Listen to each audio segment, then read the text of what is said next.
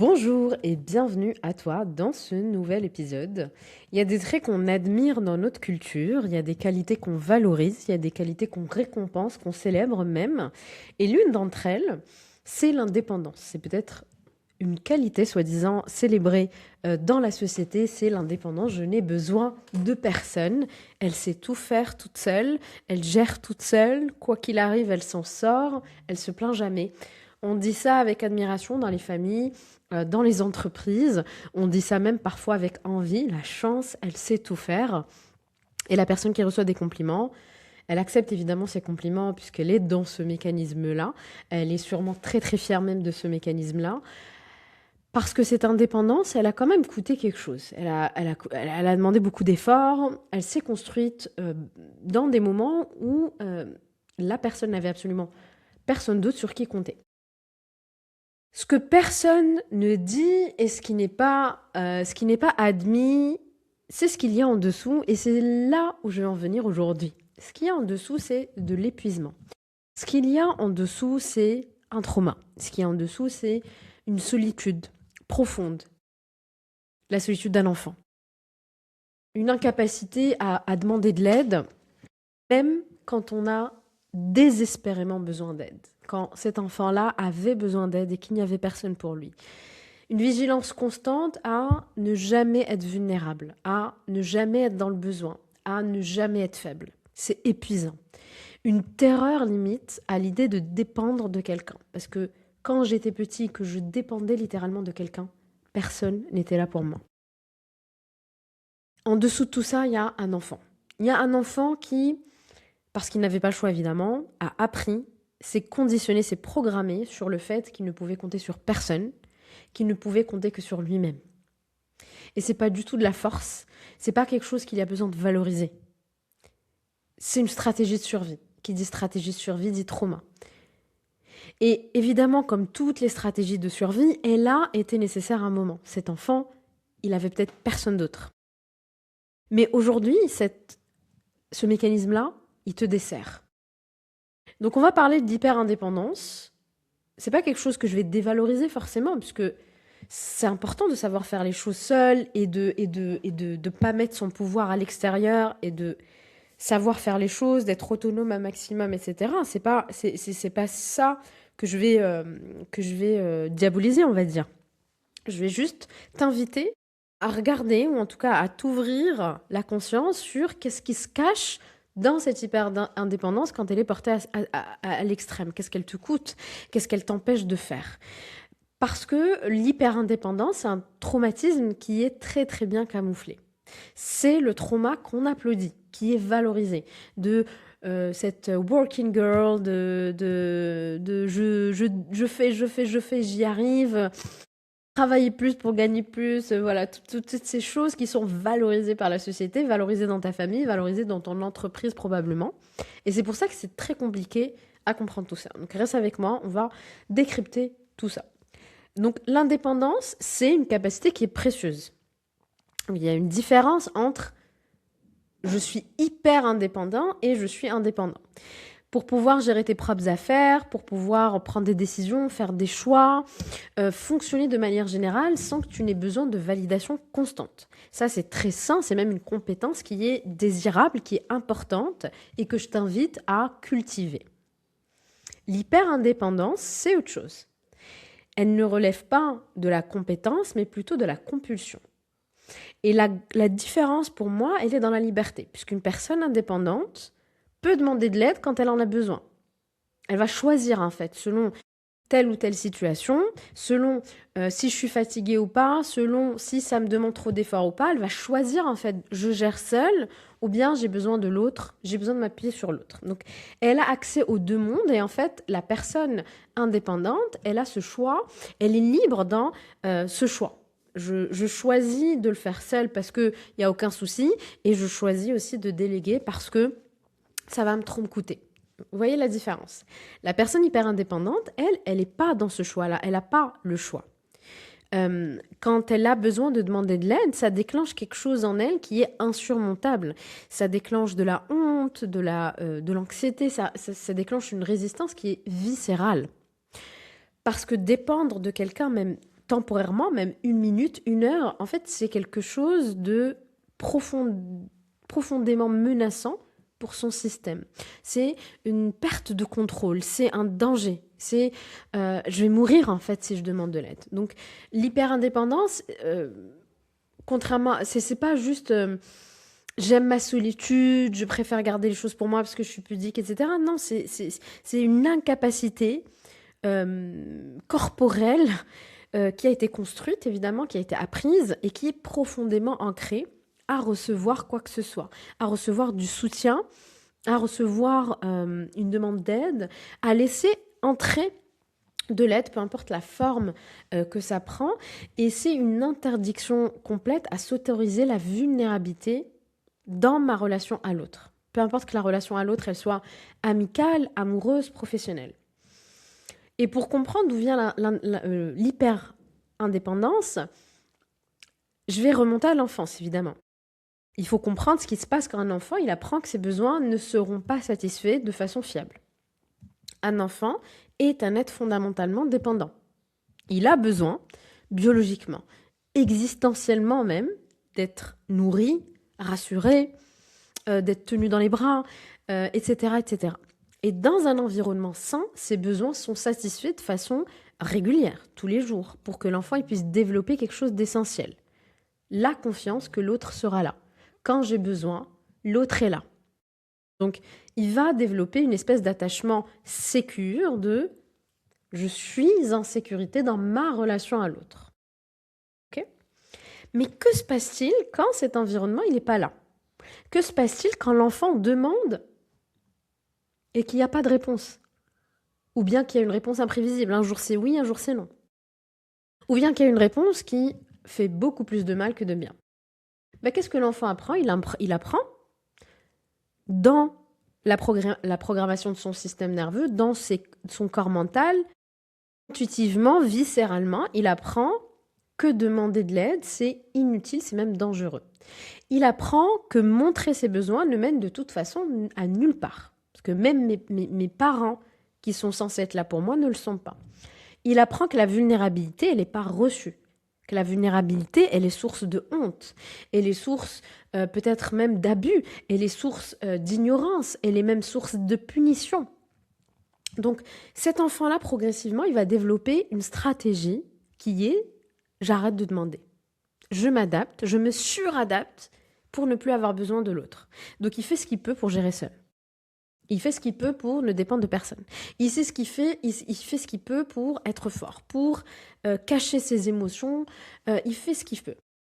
Il utilise toute stratégie qu'il a en sa capacité avec la maturité, l'immaturité cérébrale qu'il a pour gérer au mieux.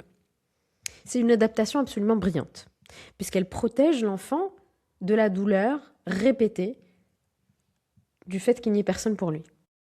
Elle lui donne un semblant de contrôle dans un environnement qui n'en offre pas. Ça lui permet de survivre, tout simplement. Le problème, c'est qu'elle ne s'arrête pas à l'enfance, évidemment. Comme tout mécanisme dont je te parle, ça te suit. Et l'hyper-indépendance, elle peut naître dans des contextes très variés. Ce n'est pas juste réservé aux histoires de maltraitance sévère. Ce n'est pas juste réservé aux négligences qui sont très évidentes. Elle se développe aussi avec le parent qui est émotionnellement indisponible. Physiquement, il est là, mais émotionnellement, il n'est pas là. Il est toujours préoccupé, il est toujours sur son téléphone, il est toujours à travailler, etc. L'enfant, il apprend à ne pas déranger. Ça se développe aussi, cette hyper-indépendance, avec un parent qui lui-même est en hyper-dépendance ou indépendance, avec un parent en difficulté, un parent malade, un parent fortement dépressif, un parent qui subit des addictions, et dont l'enfant, finalement, a appris que prendre soin de lui, tout seul, est nécessaire, puisqu'il n'y a personne qui le prend en charge. Un enfant qui a été parentifié aussi, quand l'enfant devient le parent de son parent. Je t'invite à aller voir une vidéo que j'ai faite à ce sujet. Avec un parent qui répondait aux besoins émotionnels de façon imprévisible, c'est la même chose. Parfois, le parent, il est là, il répond très bien, et parfois, il se moque, parfois, il rejette, il abandonne, peu importe ce qu'il fait. Donc, l'enfant, il ne prend plus le risque de demander à ce parent-là, vu que c'est imprévisible, parce qu'il préfère ne rien demander plutôt que de vivre dans l'incertitude de la réponse ou bien dans la difficulté d'accepter cette réponse. Et évidemment, dans des environnements de fraternité nombreuses où les ressources d'attention étaient rares, c'est possible aussi qu'il y ait ce type d'hyper-indépendance. Parce que se démarquer comme celui qui pose pas de problème, ça devient une stratégie de survie. Il y a aussi toutes les cultures ou les familles où l'indépendance est explicitement valorisée et la vulnérabilité sanctionnée. Les garçons, ça pleure pas, on se plaint pas, tu n'as pas le droit. Dans cette famille, on doit être fort, on doit tenir debout, etc., etc., etc. Donc évidemment qu'il y a du transgénérationnel dans cette hyper-indépendance, et très souvent, de toute façon, le trauma d'enfance est lié au trauma transgénérationnel, et ça serait dommage de ne pas travailler les deux, puisque c'est très souvent lié. Donc il y a tout ce contexte familial aussi de moi je suis hyper indépendant, moi je demande pas de l'aide, toi tu dois faire la même chose. Donc l'enfant il grandit avec ça. Comment ça se manifeste à l'âge adulte? Je vais te décrire un petit peu quelqu'un que tu connais peut-être, c'est peut-être toi ou quelqu'un d'autre. Une personne qui va gérer tout le temps, tout le temps, tout le temps. Elle va gérer les crises, les imprévus, les charges logistiques, la charge mentale, les responsabilités. Quand quelque chose qui ne va pas, elle va trouver une solution toute seule. Ça va être même en général la personne qui va trouver la solution pour tout le monde. Elle va jamais faire d'histoire. Ça va être la personne qui va dire ça va. Qui va jamais dire non, aujourd'hui je suis fatiguée. Non, aujourd'hui j'ai besoin de ça. La personne elle va toujours dire oui, ça va, t'as besoin de quelque chose. Même quand ça va pas, évidemment. C'est pas qu'elle ment, c'est vraiment quelque chose qui est. C'est vraiment quelque chose qui est instinctif. Et en plus, si elle dit ça va pas, ça veut dire que elle demande inconsciemment quelque chose. Et elle n'a pas la certitude que l'autre va être là pour elle. Ou elle n'a même pas la certitude que ça va pas se retourner contre elle. Donc, oui, oui, ça va, t'inquiète. Cette personne-là qui n'est pas indépendante, ça va être aussi quelqu'un qui va tout le temps aider les autres, même de manière très, très généreuse, et qui va jamais, jamais, jamais recevoir. Quand quelqu'un lui propose quelque chose, elle va remercier maladroitement. En général, elle va refuser. Elle va aussi minimiser ses besoins. Non, moi, ça va, t'inquiète pas. Elle va refuser de l'aide. Ça va être quelqu'un qui est hyper contrôlant. Quelqu'un qui va tout planifier, qui va tout anticiper, qui va détester l'imprévu, qui va détester toutes les situations où elle va dépendre du timing ou des décisions de l'autre. Elle va préférer tout faire elle-même plutôt que de risquer que l'autre ne le fasse pas bien, ou pas dans son timing à elle. Ça va être quelqu'un qui, de l'extérieur, va être perçu comme une personne très forte, une personne compétente, fiable, mais qui va porter en silence le poids de cette image. Puisque montrer les fissures, et Dieu sait qu'il y en a, c'est chez ces personnes-là, ça veut dire être vulnérable. Et être vulnérable, c'est dangereux. Comment ça se manifeste? Ça se manifeste dans les relations en général, donc amicales, amoureuses, professionnelles, peu importe le type de relation, évidemment aussi les relations à l'argent, les relations à la réussite, à l'abondance, donc toutes les relations de manière vraiment générale. Ça se manifeste aussi dans la difficulté à demander. Donc ça peut être un service vraiment pratique, ça peut être un soutien émotionnel, ça peut être juste j'ai besoin d'être entendue. En fait, demander, c'est quelque chose qui est impossible pour elle. Il y a toujours une raison de ne pas le faire. Je ne veux pas déranger, il a ses propres problèmes, et de toute façon, en général, cette personne-là, elle va choisir dans son entourage des personnes qui ne seront pas là pour elle. Des personnes évitantes, des personnes émotionnellement indisponibles, des narcissiques. Elle va, dans son entourage, être entourée de personnes qui, de toute façon, même si elle demande de l'aide, ne seront pas là pour elle, de toute façon. Évidemment, c'est logique. Donc, ces relations, elles vont être rationalisées. Et la personne qui est hyper indépendante, elle va avoir une profonde peur, j'ai envie de dire de la terreur, d'être un fardeau. Si je suis un fardeau pour l'autre, je suis convaincue que l'autre va partir. Sauf qu'en fait, l'autre, à la base, que j'ai choisi, n'est là que par rapport à ce que je lui donne. Il n'est pas là pour moi. Et il est souvent incapable de me donner quelque chose en retour. En général, on va choisir les relations qui vont être en adéquation avec ce mécanisme de survie, avec cette hyper-indépendance. Et après, on va se dire, mais pourquoi il n'y a personne pour moi? Parce qu'il y a quelque chose en toi qui croit fondamentalement que tu n'as besoin de personne. Il y a même une espèce de méfiance dans la dépendance. Même dans les relations proches, dans les relations stables, laisser quelqu'un être vraiment important, donc laisser quelqu'un avoir de l'influence sur son état intérieur, sur ses décisions, son bonheur, etc., c'est terrifiant. Parce que si l'autre a de l'importance, alors l'autre a du pouvoir. Et si l'autre a du pouvoir, il peut partir, il peut me décevoir, il peut me faire mal, tout comme mon parent quand j'étais plus petite. Donc l'hyper-contrôle va venir se rajouter à cette hyper-indépendance. Donc pour qu'elle ne se retrouve jamais dans une situation de dépendance, la personne hyper-indépendante, elle va contrôler ses relations, ses émotions, son environnement, ce qu'elle dit, tout. Elle va tout prévoir, tout organiser, etc. pour éviter la vulnérabilité de l'imprévu qui va la ramener à cette vulnérabilité quand elle était enfant. Et sur le plan émotionnel, l'hyperindépendance va s'accompagner de quelque chose de très particulier. Une difficulté à accéder à ses propres émotions, à les partager ou bien des émotions qui submergent. Et les émotions signalent toujours un besoin, que ce soit la tristesse, la colère, la solitude, le découragement, peu importe. Mais si j'exprime ces émotions, ça va être associé à quelque chose de dangereux ou d'inutile. Donc, en général, on va court-circuiter. Donc, cette personne-là, elle va court-circuiter. Elle va se déconnecter de ses sensations.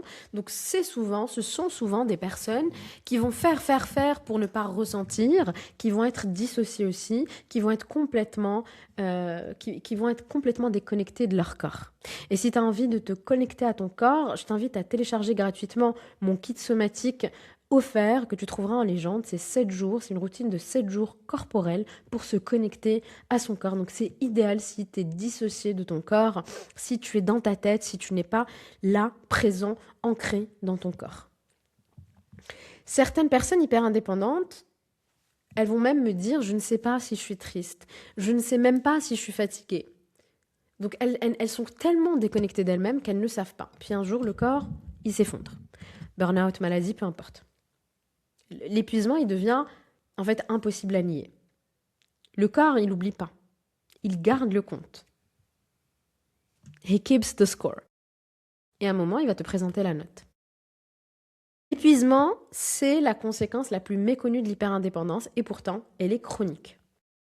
Gérer seul tout le temps coûte. Il va te coûter cognitivement, émotionnellement, physiquement, énergétiquement, psychiquement, tout. Les humains ne sont pas conçus pour fonctionner sans soutien. Nous sommes des êtres d'interdépendance. Hélas, nos sociétés nous individualisent plus. Et notre système nerveux, il a besoin d'être co-régulé, c'est-à-dire il a besoin d'être régulé par la présence de l'autre aussi. Le soutien social, en fait, c'est pas un luxe, c'est une nécessité qui est biologique. Donc la personne hyper indépendante, elle se coupe de cette régulation externe. Elle va tout porter elle-même et à la longue, ce portage constant qui est sans relâche, donc sans qu'elle puisse poser ses valises, en fait, ça s'accumule, et les symptômes vont être là. Peu importe de quelle manière son corps va parler, c'est sûr et certain. Notre culture, elle applaudit ce trauma. Elle idéalise en fait l'autosuffisante, le self-made man. Elle s'en est sortie toute seule, il doit rien à personne, etc. Donc, ces récits, on les trouve de partout, dans des biographies qui sont inspirantes, dans des discours de réussite en entreprise, dans tous les messages qu'on envoie aux enfants, en fait, dès leur plus jeune âge. Et dans ce contexte culturel, l'hyper-indépendance, c'est pas un problème. Au contraire, c'est une vertu. C'est quelqu'un qui a réussi à devenir la personne que la société valorise. Et notre culture, dans ses versions les plus individualistes, a une méfiance profonde envers la dépendance. Parce que la dépendance, elle est associée à la faiblesse, à l'immaturité, au manque d'ambition. Et l'indépendance, au contraire, à l'ambition. Cette ambition high functioning anxiety, comme on dit en anglais. Cette ambition anxieuse. Et dans ce cadre, quelqu'un qui ne demande jamais de l'aide, qui va toujours gérer tout seul, qui va rester debout quoi qu'il arrive, vraiment ce rock, c'est quelqu'un qu'on admire. Donc dans ces sociétés, on a des rocks. Puis un jour, boum, burn-out. Il y a une confusion entre, dans notre culture en tout cas, et parfois même dans le monde de la psychologie populaire, entre la résilience et le trauma non traité. La résilience, c'est ta capacité à traverser l'adversité et à continuer à fonctionner, à grandir, à t'adapter à l'adversité, à ton environnement. Donc c'est quelque chose qui est très précieux. C'est une capacité dont on a besoin, même pour sortir du trauma. Mais continuer à fonctionner malgré tout, c'est pas de la résilience. C'est du survival mode, en fait, permanent. Parfois, c'est même un système nerveux qui est tellement habitué à la survie qu'il ne sait pas faire autre chose. Et c'est quelqu'un qui n'a jamais eu... C'est un corps, c'est un système nerveux, c'est quelqu'un qui a jamais eu le luxe de fonctionner différemment.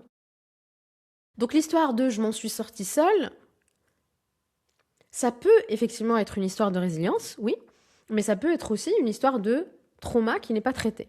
D'un enfant qui n'avait pas d'autre choix que de se sortir seul et qui est encore là en train de dire à cet adulte-là « ne demande de l'aide de personne parce que de toute façon, il n'y a personne ». Et ce sont deux histoires qui ne se ressemblent pas, même s'il y a les mêmes comportements, etc., qui sont visibles de l'extérieur. Donc, il y a besoin de faire la différence entre les deux. Et encore une fois, la différence, elle est dans la liberté. La personne résiliente, elle peut demander de l'aide. Donc, elle a cette résilience-là, mais elle va quand même aller en thérapie demander de l'aide. Elle a accès à l'interdépendance. La personne qui fonctionne depuis un trauma d'hyper-indépendance, elle ne peut pas. Même quand elle veut, elle ne peut pas. C'est plus fort qu'elle. Et ce qui est cruel, je trouve, dans l'hyper-indépendance, et j'en sais quelque chose parce que je suis Miss hyper-indépendante, les applaudissements qu'on reçoit en entreprise, t'es première de la classe, etc. Ah ouais, tu restes jusqu'à minuit, bravo. Ça va être tous ces messages que tu vas recevoir de tu es fort, tu gères bien, etc. Ouais, comment tu fais, mais c'est incroyable, etc. Ce qui fait que tu ne remets jamais en question ce fonctionnement-là.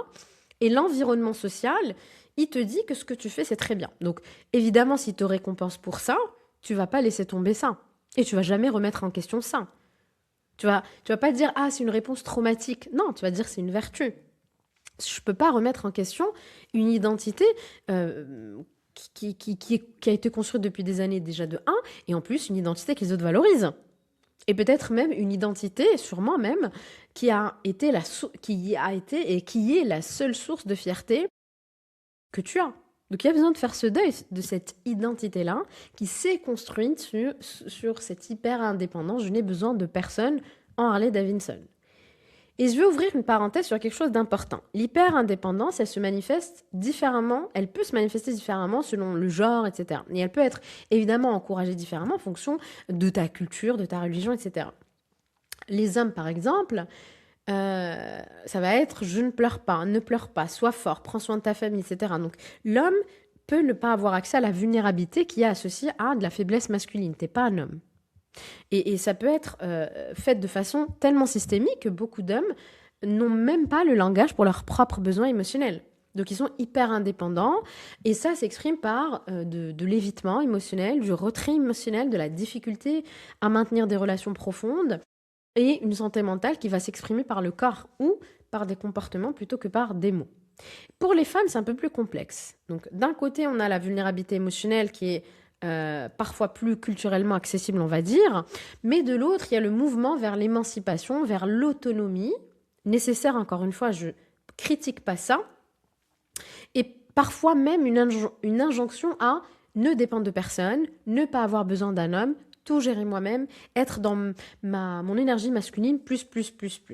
Donc, ça peut se mélanger pour certaines personnes avec un trauma d'hyperindépendance qui est déjà là présent, et ça se renforce sous couvert de j'ai besoin de personne, je suis une femme indépendante, etc. Et dans les deux cas, la culture, elle peut amplifier quelque chose qui est déjà là.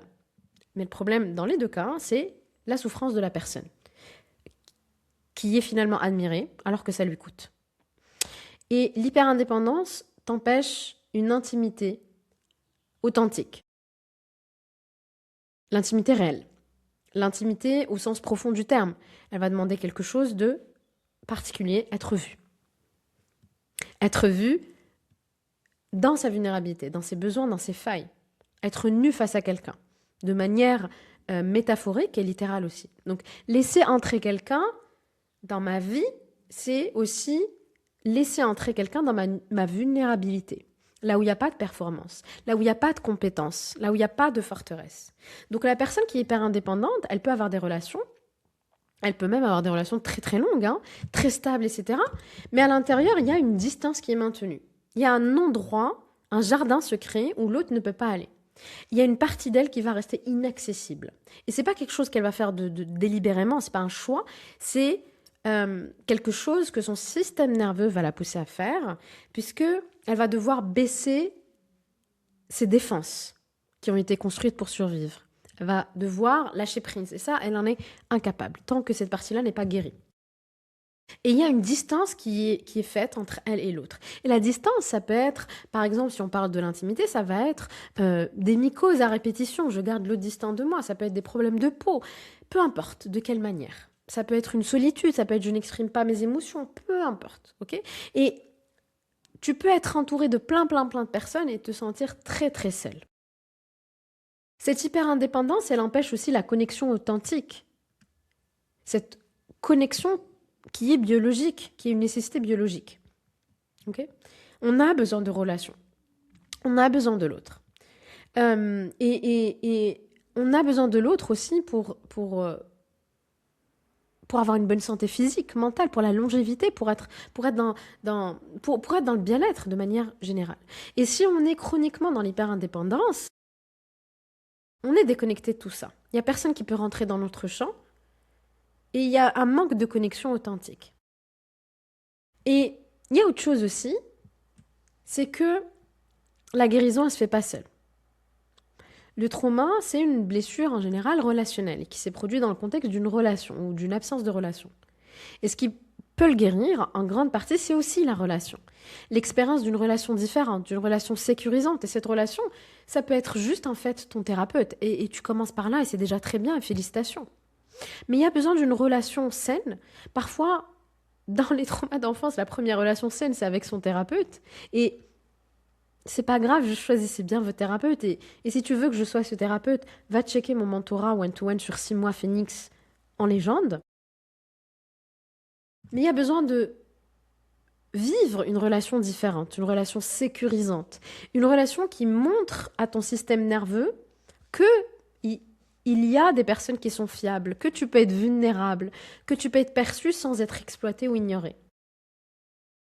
Donc, il y a besoin d'aller travailler ce trauma-là, il y a besoin de sécuriser le corps, le système nerveux, pour aller accéder à tout ça. Et pour sortir de cette boucle-là de « si je demande, ça va me coûter ». Parce que ça te coûte. Il y a un coût sur ta santé physique. Parce que tu es dans une boucle traumatique. Qui dit boucle traumatique dit cortisol sécrété tout le temps. Et forcément, ça a un impact sur ton corps. Inflammation chronique, manque de sommeil, maladie auto-immune, épuisement, peu importe. Le corps, il te présente la facture de tout ce que tu portes encore, que tu le veuilles ou non. Et sortir de cette hyper-indépendance, ça ne veut pas dire devenir dépendant. Ça veut dire abandonner ça ne veut pas dire en fait que tu abandonnes complètement cette capacité à être autonome. Et encore une fois, je te le rappelle, je te l'ai dit au début, être autonome, c'est important. Mais ça veut dire pouvoir laisser une partie de soi être ouverte à l'autre, être vulnérable à l'autre. Il y a besoin de trouver un équilibre. Ok ? Et si tu as été hyper indépendant pendant des années, attention, tu ne vas pas passer du jour au lendemain à accepter facilement. La première étape, c'est de reconnaître cette hyper-indépendance pour ce qu'elle est. Ce n'est pas une vertu. C'est bien que tu sois résilient, c'est bien que tu saches faire des choses tout seul, c'est bien d'être autonome, c'est parfait. Mais attention, l'hyper-indépendance, ce n'est pas une vertu. Et regarde tout ça avec douceur, parce qu'on peut se sentir honteux avec tout ça. Parce qu'on était fiers de ça. Donc il y a une espèce d'identité dont on est fier, il y a un château de sable qui s'effondre. Parce que derrière tout ça, il y a un enfant qui a peur. Parce que derrière la compétence, il y a un besoin de jamais paraître dans le besoin, de jamais paraître vulnérable. Donc il y a toute une identité qui tombe, qui a un deuil aussi à faire. Et ça passe par des expériences progressives. C'est exactement de la même manière que le travail somatique ou que le travail sur le trauma en général. On ne va pas guérir en décidant du jour au lendemain, c'est bon, je m'ouvre, je partage tout avec tout le monde. On va guérir en faisant des petites expériences de plus en plus fréquentes qui vont montrer à mon système nerveux que demander de l'aide ne me détruit pas. Ça va passer par sécuriser le corps plus et ressentir la sécurité intérieure. Et je t'invite à télécharger mon e-book Kit Somatique où je t'offre 7 jours de routine pour sécuriser ton corps. Et si tu veux sécuriser ton corps en groupe, je t'invite à mes séances de breathwork mensuelles. La prochaine, c'est sur la sécurité intérieure. Il y a plein de thèmes, tu verras tous les mois, il y a un thème différent. Tu trouveras également tout en barre en légende, en barre d'infos. Donc, ces petits actes du quotidien, même qui te semblent dérisoires, sont des actes courageux pour une personne hyper indépendante. Ça va être un grain un grain de réflexe appris. Et à chaque fois, tu as appris un tout petit peu, ton système nerveux, il va dire « Ah, c'est bon, ok ». Je t'invite aussi à aller voir les travaux de Brené Brown, qui est une chercheuse qui a beaucoup parlé de la vulnérabilité. Elle a fait, je pense qu'il y a même un documentaire sur Netflix sur ça, où tu trouveras sur YouTube ou peu importe, mais qui explique la vulnérabilité qui n'est pas une faiblesse et qui, au contraire, est le berceau de la connexion, de la créativité, de l'appartenance. C'est très intéressant ce qu'elle dit. Je t'invite vraiment à aller la voir. Donc, ce qui est connu, ce qui est inconnu en général, te demande un vrai saut dans la certitude. Parce que ça te demande de te montrer tel que tu es, avec tes besoins, tes limites, etc. Et de voir que tu es encore aimé, et surtout de faire sentir à ton corps que tu es encore en sécurité. Donc, vas-y, progressivement, va dans cette vulnérabilité, petit à petit, et crée de la connexion à chaque fois, pour que la forteresse, petit à petit, elle commence à tomber. L'hyper-indépendance, c'est l'un des traumatismes les mieux camouflés qui soit, qui est valorisé, je te l'ai dit. Elle est habillée en force, elle est habillée en compétence, en fiabilité. Et tout le monde la complimente, alors qu'elle mériterait de la compassion. Et la personne qui la porte, qui dit tout le temps « j'ai besoin de personne, tout va bien », elle va pas se reconnaître dans le mot trauma, parce qu'elle gère, parce qu'elle fonctionne. Parce que si elle dit « j'ai des traumas », ça va s'effondrer. Et elle a surtout pas envie ni besoin et ne peut pas gérer cet effondrement. Mais fonctionner, c'est pas vivre en fait. Gérer tout seul, c'est pas être libre, c'est le contraire même de la liberté. Et l'admiration des autres, elle remplace pas la connexion dont toi, être humain, dont moi, être humain, avons besoin. Donc si tu te reconnais dans ce que j'ai décrit, sache que cette hyper-indépendance, ça a été une réponse, mais qu'il y a besoin de la désapprendre. Mais progressivement, n'y va pas du jour au lendemain. Vas-y tout doucement. On n'efface pas ce qui a été construit du jour au lendemain. Mais tous les jours, tu rajoutes un peu de sécurité intérieure. Tous les jours, tu te rajoutes un tout petit peu de permission de ne pas porter seul. 5 minutes, je ne fais pas seul. Ok ? 5 minutes, je ne gère pas. 5 minutes, je ne fais rien. Etc. Et tu as le droit d'avoir besoin de l'autre, en fait. Tu as le droit de demander, tu as le droit surtout de recevoir. Donc, si cette vidéo te parle, n'hésite pas à la liker, à partager, à me laisser un commentaire, partage-la avec quelqu'un qui en aurait besoin. Et si tu veux aller plus loin, abonne-toi à la chaîne pour découvrir tous les jours un peu plus de sujets sur le trauma, le système nerveux, le corps, l'anxiété, etc. Voilà, bienvenue sur cette chaîne, c'est la première fois. Et moi je te dis à très vite. Ciao, ciao.